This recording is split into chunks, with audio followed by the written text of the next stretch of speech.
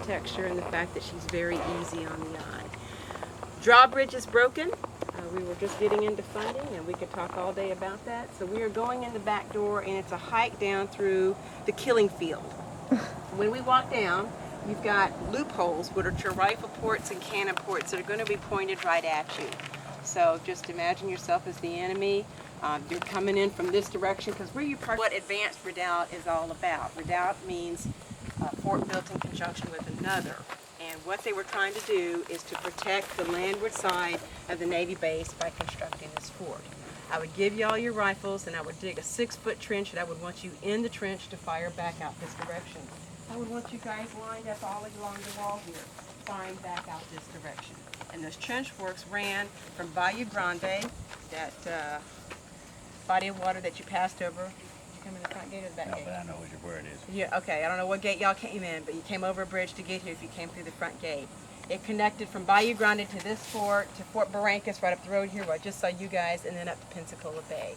So all I'm trying to do is to protect my historic 1825 Navy base, the first Navy base established on the Gulf, from a landward assault, because on the other 3 sides out here is water. Pensacola Bay, Pensacola Bay, and Pensacola Bay. And that's what all the other forts, Pickens and McCree and Barrancas, are all about, but you guys should have gotten the gist of that.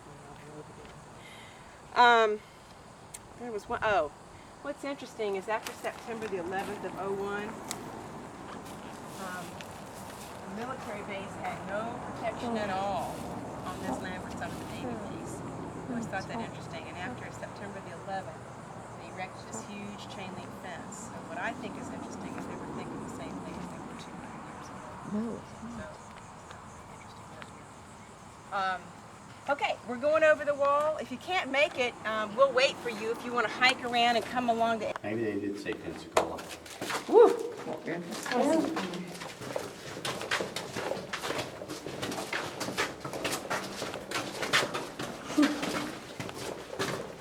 What's that? Where to shoot how to put the rifles through those slits. Is there any more? Oh, yeah.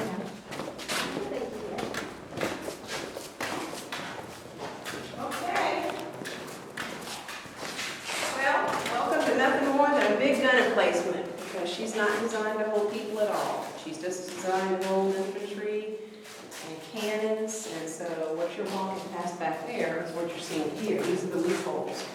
This is for your infantry with those 8-pound spring-filled or in-field rifled muskets firing out the killing field.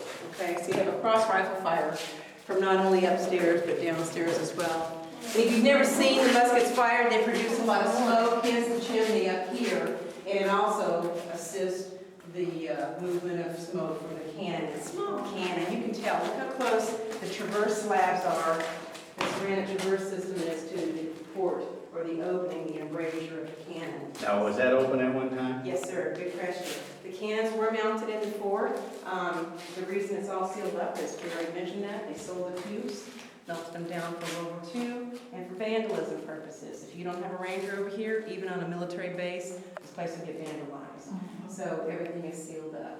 But yes, it was a 4-man gun crew for ready. They want you up on your toes, body forward, gut firm, eyes closed, mouth open, 2 fingers in your ears.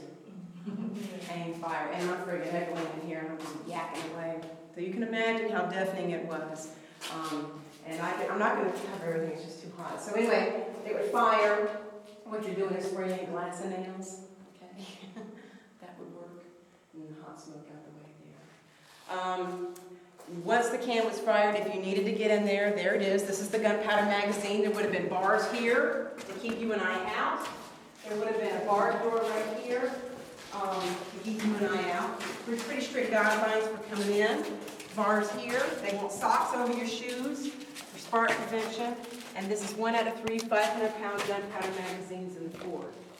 And all the gun kegs had to be rolled once a month to keep the stuff well mixed. What were these little guys for? What he's looking at here, these are called counter mines. So you parked your cars back here, and if we knew that the enemy was coming, what we would do is pop out the layered brick here in a zigzag fashion, start tunneling. About 75 yards out, boom, boom, boom, stop. Stuff full of gunpowder, sandbag it up. If you run a fuse out, sandbag it up, light it, and run. And the idea was to blow the enemy off the top. So counter mines, never used. People were just here for 1 year, and then the North It's usually south pulled out. Let's go find some more. Come on down. What we're gonna do now is keep everybody moving. It's okay, baby.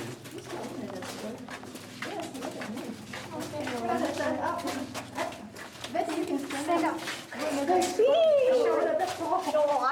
just one snake. Okay, one reason why I'm walking slow is because oftentimes our little friendly non-poisonous red rat snake is laying right here on this crevice. He's not there right now, so let's go see if we can find him in the other one. It's okay.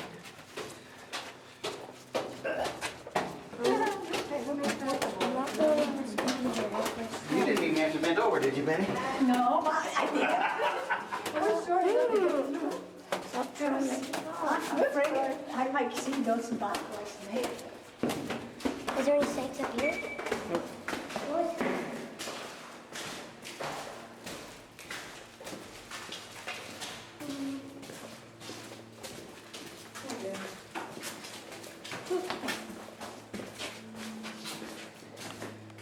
All right.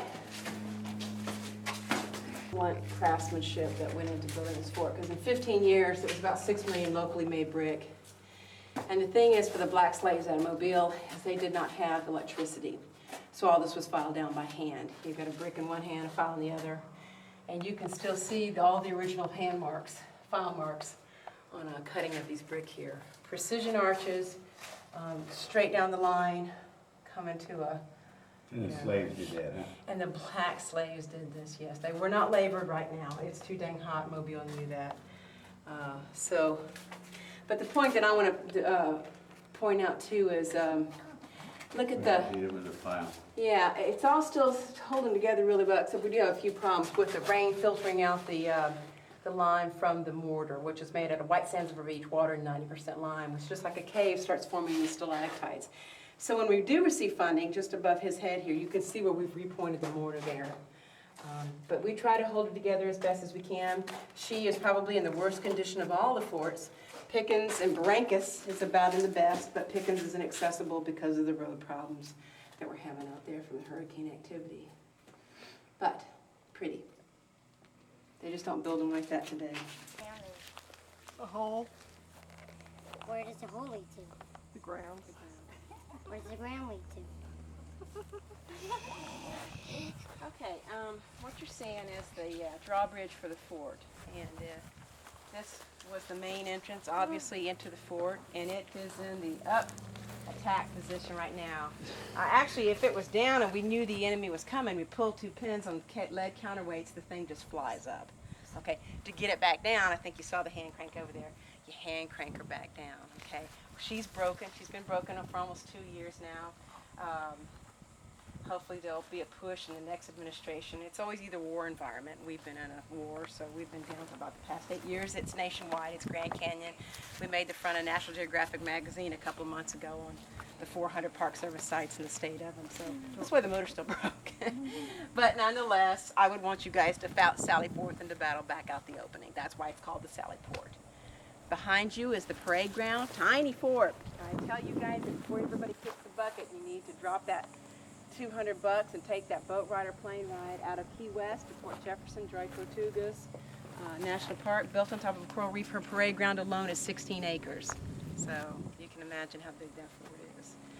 The cannons for this fort were topside on all the indentations and again facing out towards the landward side. So today it's Sherman's Field. This is the big airstrip back behind us. So it'd be real nice if we could hit fiberglass. 15 to 4. So we have to have somebody over here. But if they do anything, they'll just, well, that they may, you know. See ya. That's worth a little bit of money. My goodness, you'll be in middle school before you know it. My little girl's going to the kindergarten this year. She's so excited. Okay, just quickly, I'll dissect this for you because this is all about architecture of the fort. We don't have a buttress to hold up this huge 50-foot wall in back of you. Y'all know what buttresses do. Weathering tends to push the wall out, buttress holds it in. Take away the buttress. What they designed for this fort to hold all this massive pressure center earth is what are called open-ended interconnecting relieving arches. So they build these open-ended arches and they stick them into the parade. Okay, so that if I were to throw y'all up here and dig in and dig up, you'd come out right where we were just standing out in the middle. Just like Barrancas, the sand takes its natural angle of repose to this half-relieving wall, which for pressure purposes is pushed in. And you've got a gap in between the arch and the wall here. The reasoning behind that is that if this wall is hit by a cannonball, it breaks off independent. Because the last thing you want in an arch is a stress crack. At Pickens on the island, our stress cracks are about this wide. Huge casemates have been closed off because of that. So that's what they were trying to avoid here. Whitewash, next Fort Utura, I think y'all went through Monroe. They all look the same after a while. They paint the interior white for illumination because it's dark and it's damp in here. Okay, candle power by night or bright Florida sunshine come up through these loopholes, just illuminates the room a little bit better. So it looks like this all the way around, and that's all there is to her, okay? So once again, not designed to hold people at all, just designed to hold infantry. Okay, I'm about to take that water away from you and drink it. It's your We're water. going down. It's your water. We're going down. I'm still looking for whatever I can find, and we're close to the end of the tour, so just follow me. Where's the brown bat? You know, these guys are tiny. We love them because they eat mosquitoes, okay? He's sleeping right now. The thing that I want y'all to do is we're gonna be quiet. We're gonna steer a little bit clear of them because I've had them flying lately. So when you walk past them, 40,000 air sacs in their lungs, and if you look close, quiet enough. Don't get too close, please. You can see them breathing, okay? They're mammals just like Do you ever see the droplets of water on them that make them look like diamonds? No, where are the droplets from? Breathing? I don't know.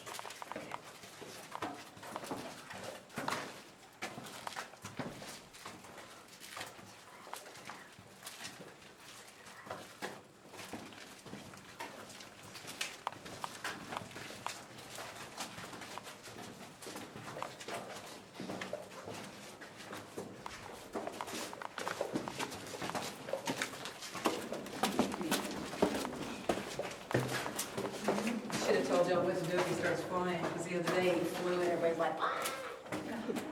I think it scares the bat more than I scares had the experience at Fort Branca when we built the youth center. them.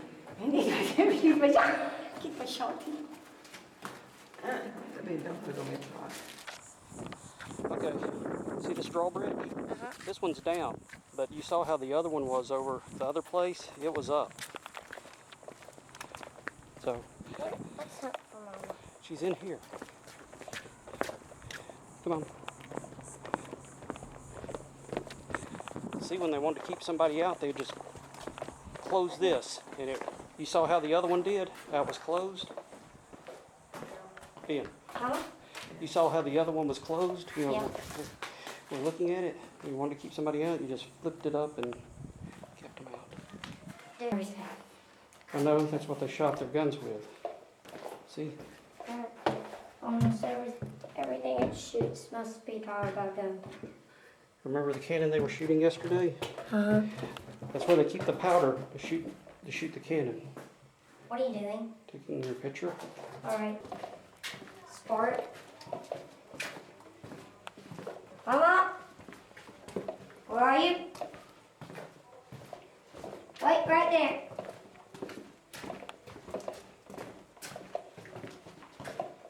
What? Where are you?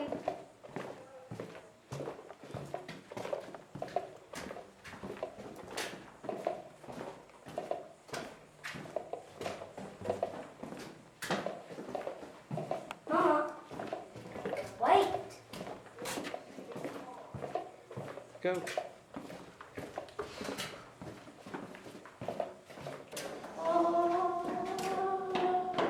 Whoa. Come on. Whee. Out the door. Boing. Nope, no rail. I'm in trouble. Go. Come on.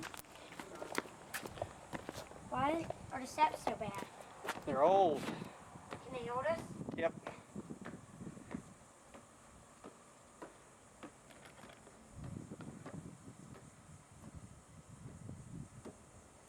Whoa.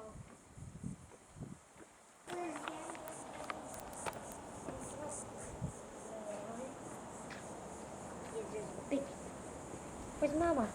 She's lazy. What? She's lazy. She didn't make it. Oh, behind you. Okay. Keep off wall. Look at that. That's what I fired again.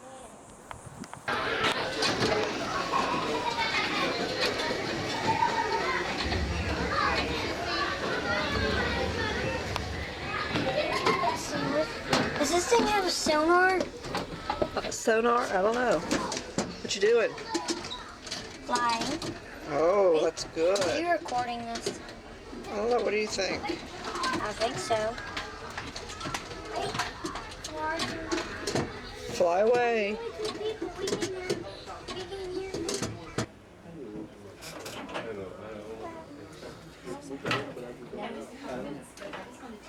How many have ever gotten a report card before? Yeah, me too. Sometimes good, sometimes not so good. Well, guess what? When you get older, you get report cards too. So let me tell you that this room is like it is on an aircraft carrier. And this is where the pilots sit and they get their orders. They take off in their airplane, they do their mission, and then they come back and they have to land on that moving aircraft in the middle of the ocean. To help them land, they put 4 cords across that runway. And I am told that the best cord to catch with their tail hook on the bottom of the plane to help them stop is the 3rd cord. Correct me if anybody knows that, if I'm wrong. And somebody is there watching them. And when I'm talking, you're not going to hurt my feelings. Please look around and take in as much as you can. Remember that they could spend an hour in a room like this or even more. And we're only going to spend a minute or so. They studied people, a lot of people about flight. They studied a lot of the principles about flight. We have the first French brothers that began flight over here, the Montgolfier brothers. They began it in a hot air balloon. And this was before George Washington became our first president. So we're looking at like the late 1770s. They talk about the Wright brothers that began powered flight in the United States. 1900, and do you remember that year? 3. Good for you. 1903.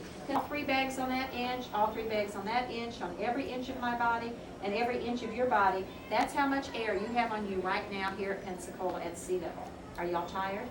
You weren't tired, aren't you? And the question is then, why aren't we crushed with all of this air all over us? And the answer is because we're born into this environment. We have air on the inside and air on the outside, so we're okay.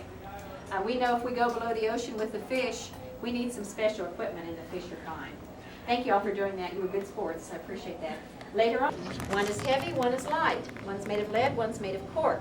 But Galileo thought, even though one's heavy and one's light, if we place them up here, release them at the same time, the rate of swing is going to start out the same. So let's see if he was correct. Watch, watch. Here we go. Did they start out the same? Yes.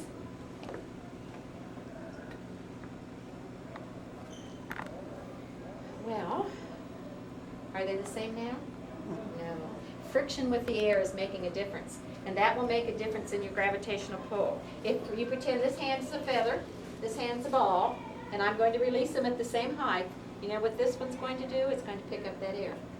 And this one's going to come on down. Now, if we could take all of the air out of those tubes over there where we had the tennis balls, take all the air out, no air, no air, no air, put a feather and a ball in there, what do you think they're going to do? No air. We go below sea level. As we're going lower, what's happening to that air on our body? Which way is it going? Up. Up. Look at the Dead Sea, you guys. And that's because you were so low, that column of air is a lot taller now than it was here at sea level. Now back to Pensacola, let's go up the mountain. The higher we're going in altitude, now what's happening to that air on our body? It's going down. Going down. And that's because you are so high up, you don't have as much air. So it's what they call an inverse relationship. Pretty interesting, huh? Okay, I've been working out really hard to show you the experiment in the next room. So come on in here. If I did 14.7 all over this sphere, we come up with about 300 pounds of air. But watch what I can do. Lift that. Would you kind of peek and see if you see anything in there? See anything? No. What do we think is in there? Air. Air. That's why I can lift it. Not strong. Air on the inside, air on the outside, and I can lift it. But guess what we're going to do? We're going to suck the air out. And while that's working and pulling that air out of there, this same experiment was done in the 17th century by a man named Otto van Guericke. he invented a new air pump, and he was demonstrating it to the Duke of Magdeburg. And this is a real city in Germany. Look at the size of the sphere that he used. It's a lot bigger than ours. It's about the same size as that section of that horse. Ours is about the same size as our head. But y'all can help me count the horses. 2, 4, 6, 8. Pointing in that direction. How many over here? 2, 4, 6, 8. And you know what? They couldn't open it. So I should not be able to open it now. There's no air on the inside to help me.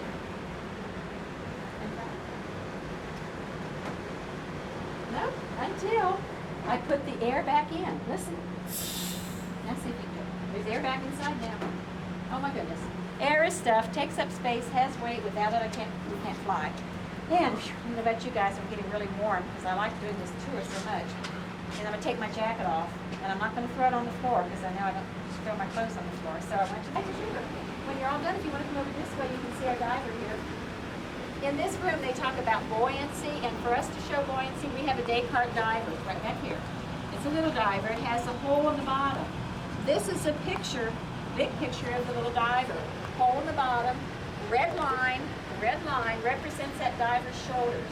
From there on up, there's a pocket of air.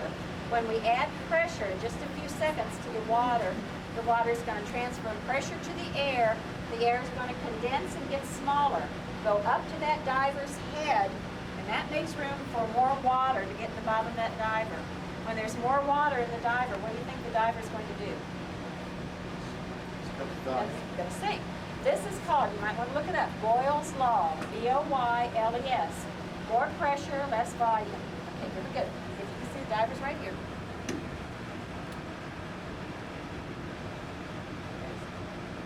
Now the opposite is true. When I release this pressure, that air is going to expand and push the water out. The diver should come up. Less pressure, more volume. See if our diver comes back up. Right there, cool. Okay, let's go to the other side of the room. I'm going to put a couple people to work. Anybody else, okay? Come on over so you can see this, you guys. This is our working 4-stroke piston engine. They talk about the intake, the compression, the power stroke, and then the exhaust. They also talk about where the spark plugs are.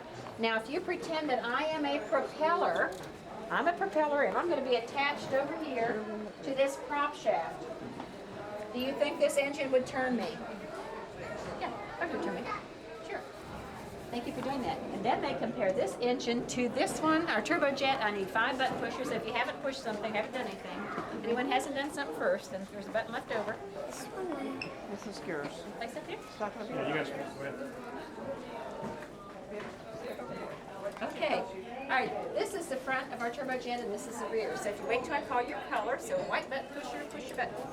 What do you think the white lights represent coming into that engine? Air. Air, good. If you let go and blue button pusher, go down. Push it in through. All right, the blue, underneath that blue light represents this, and this is my button. Look how slowly this is turning.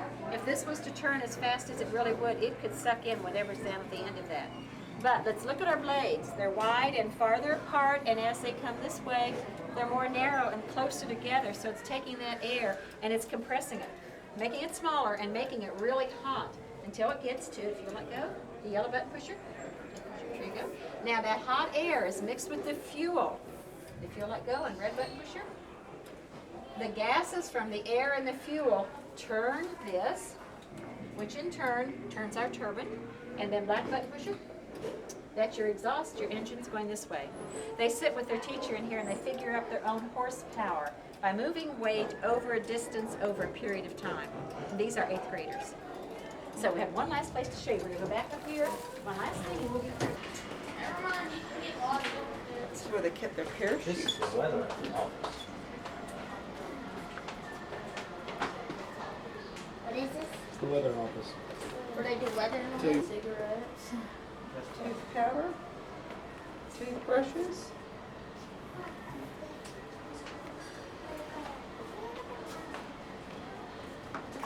Look at this. This is where they slept. Cracker Jack. Where They we got saw. soda. Remember that? Nasty. That's where they slept. Well, you got on one of those. Out the battleship, Alabama, Texas. Texas.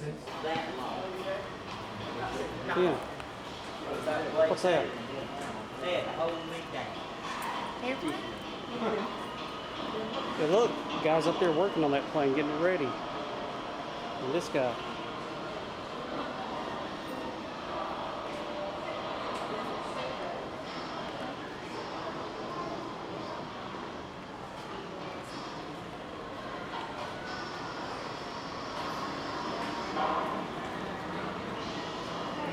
What's this?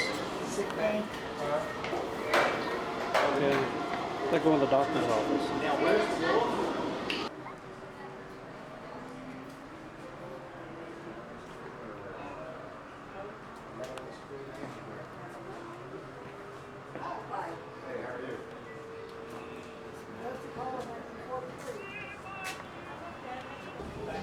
Where's the mask?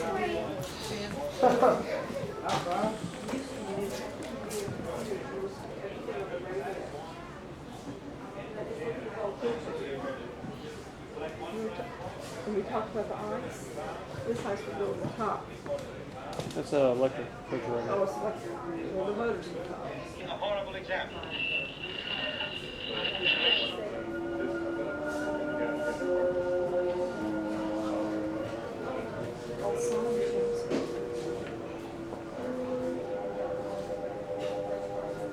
What do you think of this? It's cool. My eyes starting to too.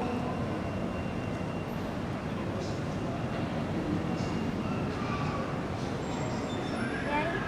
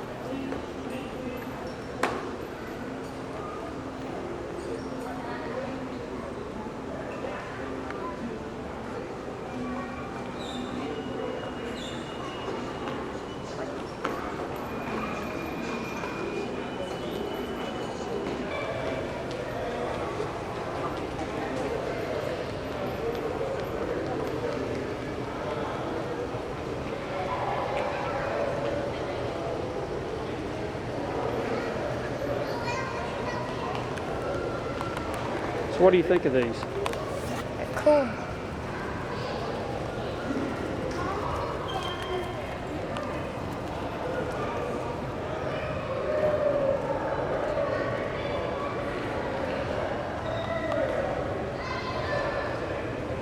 Where's the fifth one?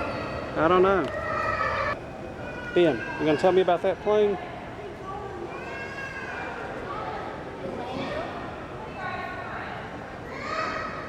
Let's see which number. Can't actually tell.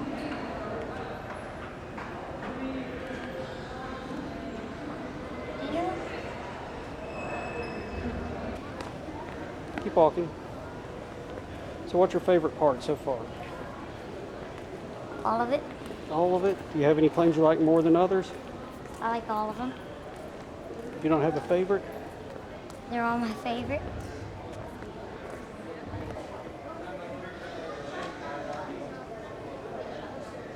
I want to see that movie. Okay. Look what I just found. What?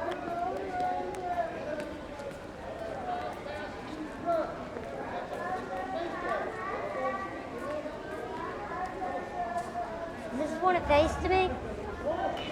Okay, Ben, you ready to go? Yep. Okay, you had fun? Uh-huh.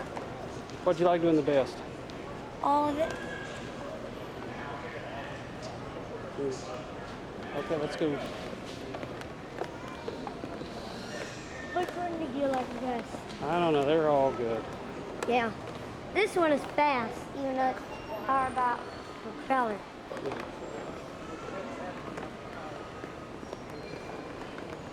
Sorry. It's okay. There's the MiG over there. MiG 15. The worst thing to be dealing with.